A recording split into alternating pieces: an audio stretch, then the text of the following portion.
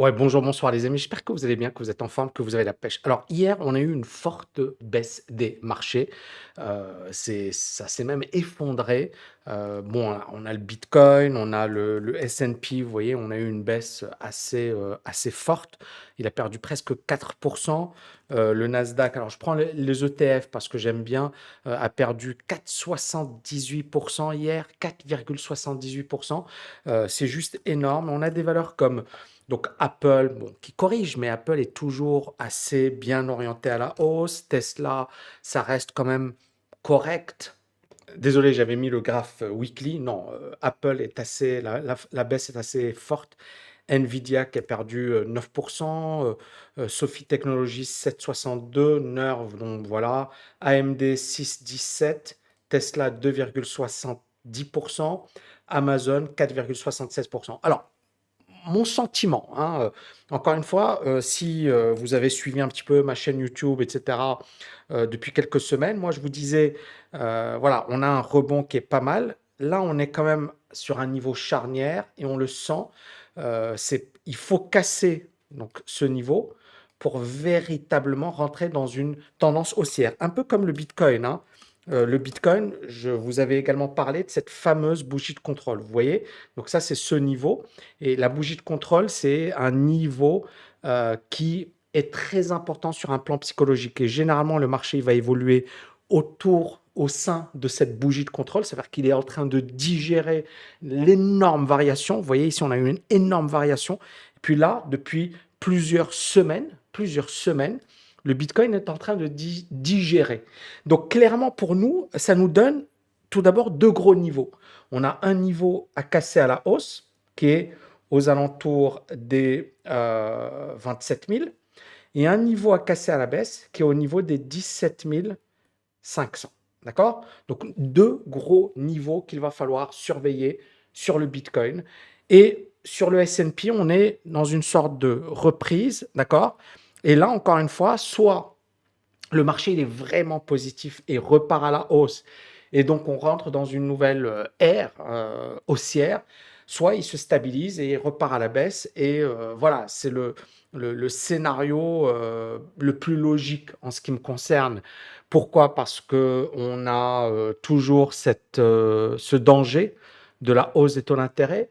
On a des marchés qui ont progressé de manière assez fulgurante, mais, ça c'est quelque chose sur lequel j'insiste, on a l'inflation qui domine. Alors pourquoi c'est très important, l'inflation, de la prendre en compte dans notre analyse de marché? Il ne faut pas oublier une chose, c'est que quand l'inflation est forte, les gens cherchent une protection, d'accord? Et la protection, c'est soit l'immobilier. Et je ne sais pas si vous suivez un petit peu le marché immobilier américain, mais c'est du délire. On parle aujourd'hui d'un loyer moyen de 3 500 à New York. Il y a beaucoup de gens, ils sont incapables de se loger. On a aujourd'hui de plus en plus de boîtes, d'accord, qui investissent dans l'immobilier parce que c'est quelque chose qu'on ne peut pas. Le Bitcoin, on s'en fiche. Les cryptos, on s'en fiche. Et désolé, hein, c'est pas méchant ce que je dis, mais ça, tu n'en as pas besoin. Les gens qui te disent oui, mais non, non. Le plus important, c'est quoi? C'est de te loger. Et là, en fait, beaucoup d'investisseurs institutionnels rentrent dans le marché immobilier. Ce qui fait que les loyers flambent et ce qui fait que beaucoup de gens n'arrivent pas à trouver un logement ou à payer un loyer. Donc clairement, quand il y a de l'inflation, il faut protéger son argent. Or, quand on voit par exemple l'or, c'est bof bof, d'accord? Les actions, pour ça c'est quand même bien repris, on voit bien que ça tient bien malgré tout. Les cryptos depuis, novembre de l'année dernière, c'est également très moyen, et l'immobilier tient super bien.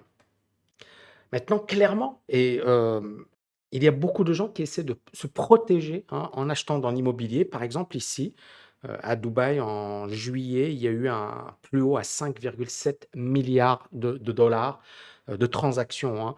Et je suis harcelé par les agents immobiliers, c'est-à-dire tous les jours, j'ai plusieurs appels. Je ne réponds pas, hein, mais tous les jours, voilà, immobilier, immobilier, des WhatsApp, en veux-tu, en voilà, etc. Et les gars, en fait, ils veulent que je vende mon appartement. Et j'ai plusieurs biens immobiliers à Dubaï. Et j'ai acheté encore une fois, et quand personne ne voulait acheter. C'est ça, ce qui est marrant, c'est que quand il y avait la crise, tout le monde disait, ha ha ha, ça ne va que se baisser, etc. Et je me souviens quand j'ai acheté mon appartement aux Palmes, les gars, hein, je les avais, donc les propriétaires, ils m'avaient dit 4 mois, 5 mois, ils avaient essayé de vendre et ils n'ont pas réussi à vendre. Et moi, quand j'ai visité l'appartement, en un jour, je l'ai acheté, c'est-à-dire j'ai vu le truc, je me suis dit, c'est bon. J'ai proposé un prix et ils m'ont dit, OK, si tu es prêt à acheter demain, on signe. Et moi, j'ai dit, OK, je suis prêt à signer demain. Et je suis allé devant le notaire, on était en, voilà, et puis j'ai acquis le bien. Et puis aujourd'hui, on me propose grosse plus-value sur le bien immobilier. Et ça, encore une fois, alors bien sûr, je pourrais le vendre. On me propose également de le louer à 250 000 euros sur une année. Et encore, pas de négociation. J'ai pas négocié. J'ai pas dit non, je souhaite plus. Mais j'aurais pu le faire.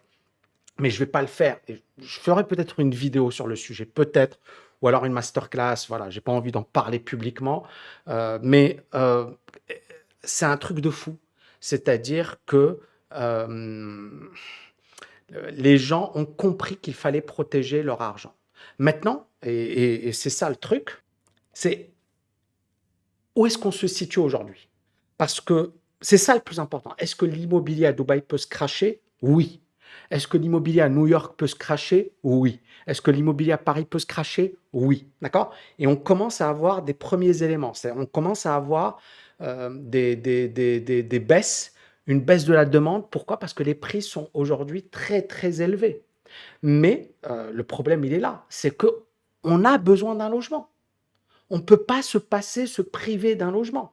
Et moi, c'est ça la question que je me suis dit, c'est OK, tu vends ton bien immobilier aujourd'hui, super, d'accord? Mais est-ce que je voudrais payer, moi, pour ma famille, un loyer de 250 € par an? Bah, je sais pas. Pour moi, c'est du gâchis. C'est-à-dire, ça en fois 4, ça nous fait quand même 1 million d'euros sur 4 ans. Est-ce que vous voyez le truc? Donc, si à la rigueur, j'avais une alternative et le rendement, hein, qui m'est proposé, c'est 15% sur le prix d'origine. Donc, est-ce que vous voyez ma situation? C'est-à-dire, aujourd'hui, si je voulais le vendre, ce serait une super bonne affaire, d'accord? Une super bonne plus-value, tout ce que vous voulez. Mais si je le vends aujourd'hui, il va falloir que je loue ou que j'achète quelque chose d'équivalent, d'accord? Et si je veux louer, bah voilà, j'ai une idée de ce que vaut mon appartement. Et encore une fois, si j'ai la chance de le trouver. Parce qu'il faut savoir que là où je suis, par exemple, il n'y a pas d'équivalent. Il n'y a pas de location. Le bien immobilier, c'est-à-dire mon appartement, il n'y a pas d'autre appartement à la location. C'est juste pour vous dire. Donc la demande, elle est largement supérieure à l'offre. Alors bien sûr, ça va se résorber tout ça, bien sûr que. Mais en attendant, si l'inflation continue de flamber, si voilà, les gens sont inquiets, si, clairement, avoir de l'immobilier, d'accord, ça reste une vraie protection. Et ça, c'est hyper important de le comprendre, d'accord? C'est hyper important de le comprendre. Et donc, beaucoup de gens, encore une fois, tombent dans le piège de ça va se cracher, ça va se cracher, ça va se cracher. Oui, d'accord? Mais si, en attendant, le marché continue de monter, continue de faire des folies. Et donc, c'est pour ça que moi, je suis très prudent sur l'histoire d'un crack. Et s'il y a un crack, ce sera une aubaine pour ceux qui sont bien préparés, qui ont les bonnes méthodes, etc. Pourquoi? Parce que c'est dans les cracks qu'on a les meilleures opportunités. Alors, ça va me faire passer pour un méchant. Mais bon, voilà, on n'est pas. Je suis un investisseur. Mon but, c'est d'acheter un truc. Voilà. Tu as le marché, il fait ça à long terme, d'accord? Mais pendant ce temps, tu as des périodes de hausse, de baisse, de hausse, de baisse, de hausse, d'accord? Donc, par exemple, prenons ça, c'est le marché de l'immobilier à Dubaï, d'accord? Moi, j'ai acheté dans l'immobilier à Dubaï, j'ai commencé à acheter en 2000, 15. Et c'était le sommet, d'accord? Mais j'ai très bien acheté et j'ai occupé mon appartement. Donc, ça m'a évité de payer un loyer pendant 2, 3 ans. Et ensuite, je l'ai loué, mon appartement. Et je l'ai loué à un très bon prix. D'accord? Ce qui fait que, en fait, si je devais calculer, peut-être que je l'ai acheté au pire moment, mais je l'ai bien acheté, c'est-à-dire que je l'ai acheté en dessous du prix du marché. Et puis surtout, j'ai eu des loyers qui m'ont permis effectivement de diminuer le prix de revient de mon appartement. Et aujourd'hui, voilà, voilà, il y a si je le loue encore pendant quelques années, c'est bon. Et puis j'ai acheté pas mal en 2017 quand ça se cassait bien la figure et fin 2018 mon appartement. Et puis j'ai continué d'acheter en 2020, 2021, d'accord, en pleine crise. C'est-à-dire à la période Covid, etc. Alors, mon regret, c'est que j'aurais dû acheter beaucoup plus, mais j'ai fait ce qu'il fallait. OK? Quand j'ai acheté ici, personne ne voulait acheter. Personne, personne, personne. Là, on est dans une phase de cycle. Peut-être qu'on est là. D'accord? Mais peut-être qu'on va avoir un crack. Mais l'endroit où j'habite, alors certaines personnes vont dire oui, mais ça va partir en cacahuète, le climat, etc. Ok, très bien. Peut-être. Peut-être pas. J'en sais rien. D'accord? J'en sais rien. Et personne n'est capable de dire ce qui va se passer dans 5 ans, dans 10 ans, dans 15 ans, dans 20 ans. Personne. D'accord? Mais tout ce que je sais, c'est que si voilà, les conditions restent presque les mêmes, on est sur une tendance haussière. Mais il va y avoir des fluctuations. Notre but, c'est idéalement d'acheter par là. À chaque fois, d'acheter, mais d'essayer d'acheter quelque chose qui a de la valeur et qui va se développer à long terme. Même dans l'immobilier, il ne faut pas acheter n'importe quoi. Il y a des biens immobiliers, tu vas jamais gagner d'argent et tu vas perdre de l'argent. L'appartement que j'ai acheté, par exemple, au Palm, je l'ai acheté et j'ai pris une décision très rapide et c'est une grosse décision et peut-être un gros risque financier, mais je l'ai fait parce que pour moi, et voilà, tu es dans un endroit qui est très connu dans le monde entier. Tu as une vue sur l'Atlantis, tu as une vue sur le Burj Khalifa, tu as une plage privée, etc. Et tu as un prix qui est ridicule par rapport à ce que tu paierais en Suisse ou à Londres ou à Paris ou à, je sais pas moi, à Hong Kong. Et donc, c'est un bien rare. Et d'ailleurs, qu'on va dans le garage, hein, il n'y a que des Bentley, il y a des bagnoles qui coûtent 500 000 balles, 1 million, il y a des Bugatti, des bagnoles à 2 millions, 3 millions d'euros. Donc les gars, pour eux, c'est rien.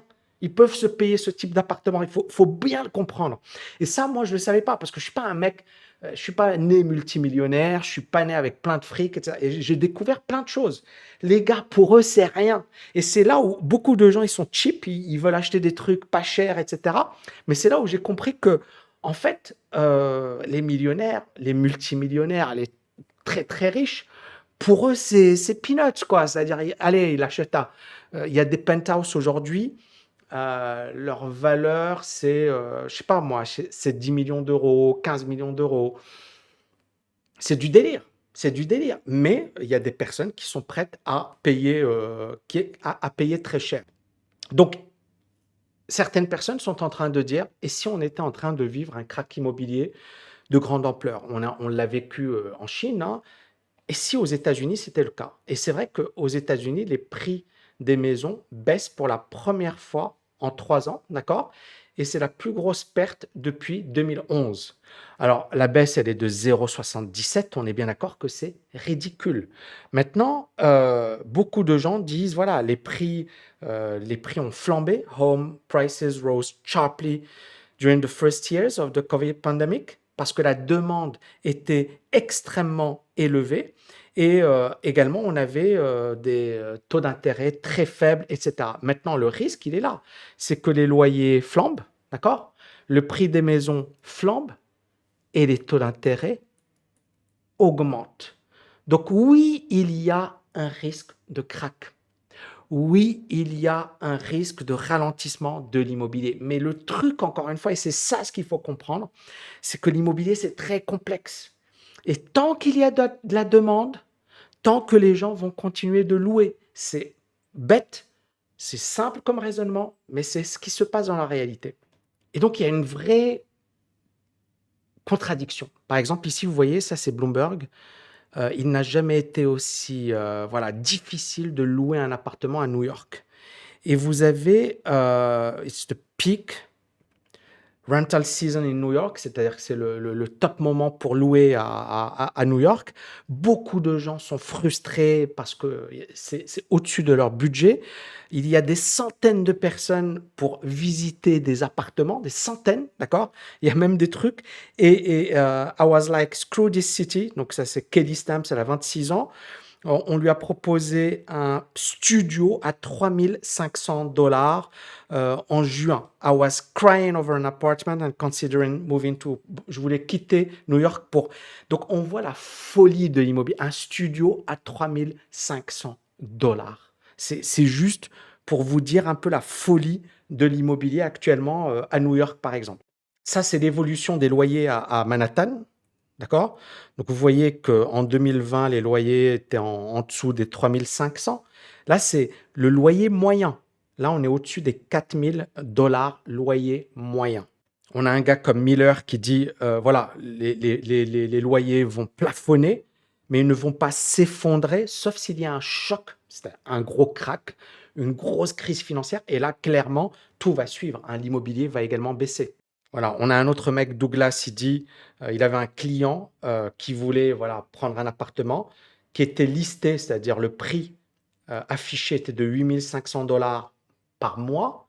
Aujourd'hui, l'appartement a été loué à 13 000 $. Et donc, les gens vont tout faire, tout mettre en place pour louer des appartements. C'est un petit peu la folie actuelle, notamment à New York. Voilà, un autre exemple, Scott, 30 ans, il a quitté New York. Ils avaient un appartement qu'ils avaient négocié en 2020 à 3 000 $ par mois.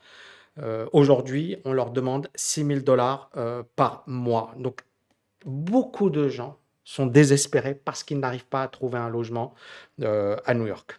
Maintenant, quand on étudie l'ETF sur les valeurs immobilières, Real Estate VNQ, bon, il est quand même dans une tendance baissière depuis janvier 2022, donc depuis le début de l'année. On perd 17% depuis les plus hauts et 25% entre le plus haut et le plus bas.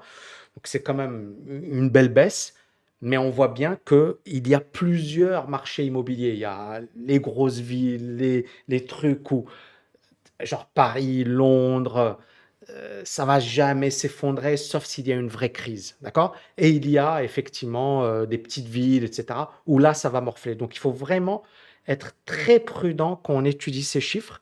C'est souvent une moyenne, mais ça ne représente pas la situation, par exemple, dans des grandes villes comme New York, Londres, etc. Et moi, je vous dis, Dubaï, c'est juste la folie. C'est juste la folie. C'est-à-dire sur plusieurs biens immobiliers, que j'ai acheté pendant la baisse, et encore une fois, moi, mon regret, c'est que j'aurais dû mettre 3 fois, 4 fois ma mise. Mais c'est pas grave, j'ai déjà fait pas mal de choses. Bah, en fait, aujourd'hui, j'ai plusieurs biens avec une rentabilité supérieure à 15%, c'est-à-dire le loyer représente plus de 15% de rentabilité, sans prendre de risques, sans, voilà, parce qu'à Dubaï, ils te payent le loyer un an à l'avance, un an à l'avance. Et puis, t'as pas de problème de mauvais locataires ou de trucs muche machin. Et voilà, c'est autre chose.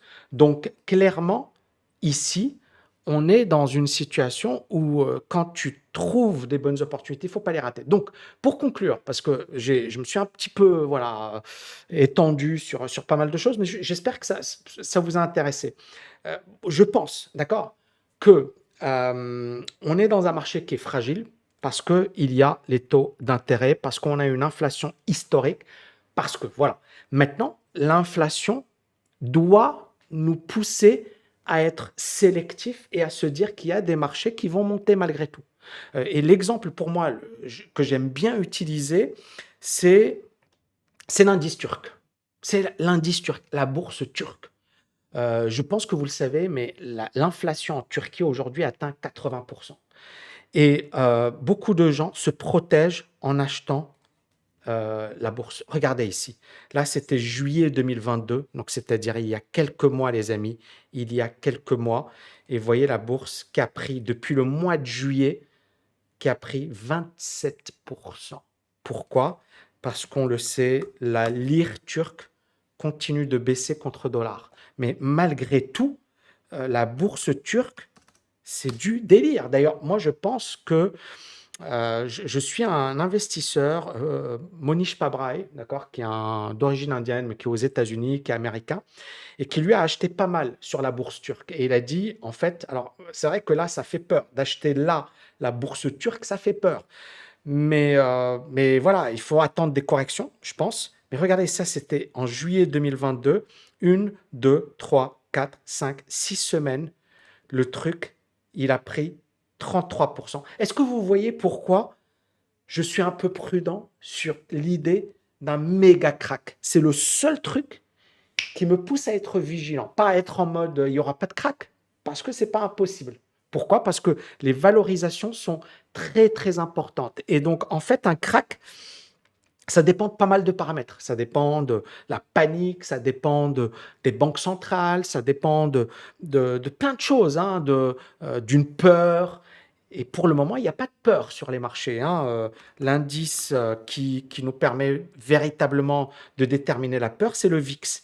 Et la peur, on l'a eu ici en 2020, d'accord? Et ça, je vous l'avais dit, pour le moment, on n'a pas encore de peur, c'est-à-dire beaucoup de gens qui sont à la vente, qui sont en mode panique. On est pour le moment dans une zone qui est moyenne, d'accord? Et vous voyez bien qu'après ça, on a eu une hausse du marché et tant que le marché il monte, il n'y a pas de panique. Donc pour le moment, le VIX nous dit attention, il n'y a pas de panique. Techniquement parlant, je reviens, désolé, hein, je suis très technique, mais c'est important. Techniquement parlant, moi, depuis l'année dernière, je suis baissier.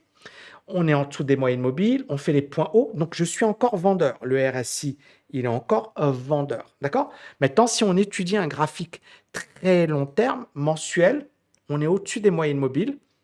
Vous voyez, je vais mettre en log, comme ça va vous paraître plus clair. Et je vais retirer tout ça. Ouais, je vais remove. Voilà, regardez, c'est pas méchant. C'est-à-dire que si on prend le très très long terme, ici, ça c'est 2009, hein, c'est la crise des subprimes. La crise de 2020, c'est là, vous voyez. Là, on a eu voilà, quelques crises, ça c'était la Crimée, Russie et compagnie. Et là, on est quand même sur une moyenne mobile. Les indicateurs techniques à très très long terme sont toujours haussiers, d'accord? Maintenant, c'est ça, c'est un crack, ça c'est la crise des subprimes. Et vous voyez, on passe en dessous des moyennes mobiles. Et donc c'est ça, pour nous, le gros risque, il se situe par là. Donc là, on a une correction intermédiaire qui est quand même importante. Donc un marché corrige, il progresse, il corrige, il progresse, il corrige, il progresse. Donc on est dans une correction intermédiaire. Pour passer au mode crack, il faut que, le VIX explose, l'indice de la peur, c'est-à-dire que les vendeurs ils soient massivement présents. Il faut que les gens se disent je préfère être en cash, d'accord, plutôt que d'être sur des actifs. Mais même dans ce cas, voilà, si l'inflation elle est très importante, voilà. Et troisièmement, prendre en compte bien évidemment l'inflation. Et il faut que l'inflation elle dérape ou que les taux d'intérêt explosent. Il faut quelque chose qui fasse très peur. Est-ce que vous comprenez ce que je veux dire? Tant qu'on est en mode ouais, ok, d'accord, ça baisse, mais c'est un point bas, j'achète, parce que c'est ça, les gérants, ils doivent acheter. Donc, ou alors les particuliers, ils vont acheter. Donc, par exemple, Apple, vous avez vu, on a eu la correction, et puis les gérants se sont précipités, parce qu'ils se sont dit, waouh, c'est un point bas. Il faut vraiment comprendre la psychologie des marchés. Donc là, les gérants, ils se disent, waouh, c'est un truc, on va pas le récupérer, on va pas retrouver ce niveau. D'accord? Apple qui perd de là à là, qui perd 30%, c'est 30% quand même. Beaucoup de gérants se sont dit, waouh, c'est l'opportunité du siècle. Et Apple, d'accord? Apple a perdu malgré tout 30%. Et là, les gens, ils ont acheté comme des... voilà, parce qu'ils se sont dit, on ne va pas retrouver ces niveaux. Mais on est bien d'accord que Apple ne fait pas le marché. On a Microsoft pour le moment moyen, Amazon, je vous en avais parlé la dernière fois, Amazon moyen, etc. Donc, il va falloir être vigilant, d'accord? Pour ceux qui sont en mode, qui veulent atteindre des opportunités, je vous le dis, moi, je suis en mode aujourd'hui booster plus, ça veut dire que tous les mois, je prends des positions et à la fin, je prends avec des options. Par exemple, j'étais sur le pétrole, j'étais sur XLE ce mois-ci et j'ai acheté du XLE. Je l'ai acheté par là, d'accord, début du mois. Ça s'est cassé la figure, mais comme j'avais des options, non. Et là, je suis sorti de ma position. Donc, super. D'accord. Donc, moi, pour moi, XLE. Et le mois prochain, je vais refaire la même chose. Donc, moi, je suis en mode, tous les mois, il y a un truc et je vais travailler parce que la méthode nous dit ça. Donc, c'est très bien et c'est carré et on a une perte qui est limitée. Donc, nous, on est en mode très conservateur. Mais ça ne veut pas dire qu'on ne s'en sort pas bien. Maintenant, pour investir vraiment massivement à long terme, moi, ce que j'aimerais, c'est une vraie baisse, c'est un vrai crack. Pour le moment, on l'a pas. Et pour le moment, voilà, c'est plus des options, plus, ça va être plus du swing trading et attendre de vraies opportunités. Parce qu'on est quand même dans un marché qui n'est pas encore clair sur un plan directionnel. Voilà, j'espère que je sais qu'il y a pas mal de choses que je dois développer, etc. Mais voilà, j'essaie de vous donner mon avis de manière claire et de manière directe. Alors bon, bon, je peux pas tout vous dévoiler, tout vous révéler, mais je pense que vous avez quand même les grandes, grandes, grandes lignes. Merci les amis, je vous dis à bientôt. Ciao, ciao, ciao.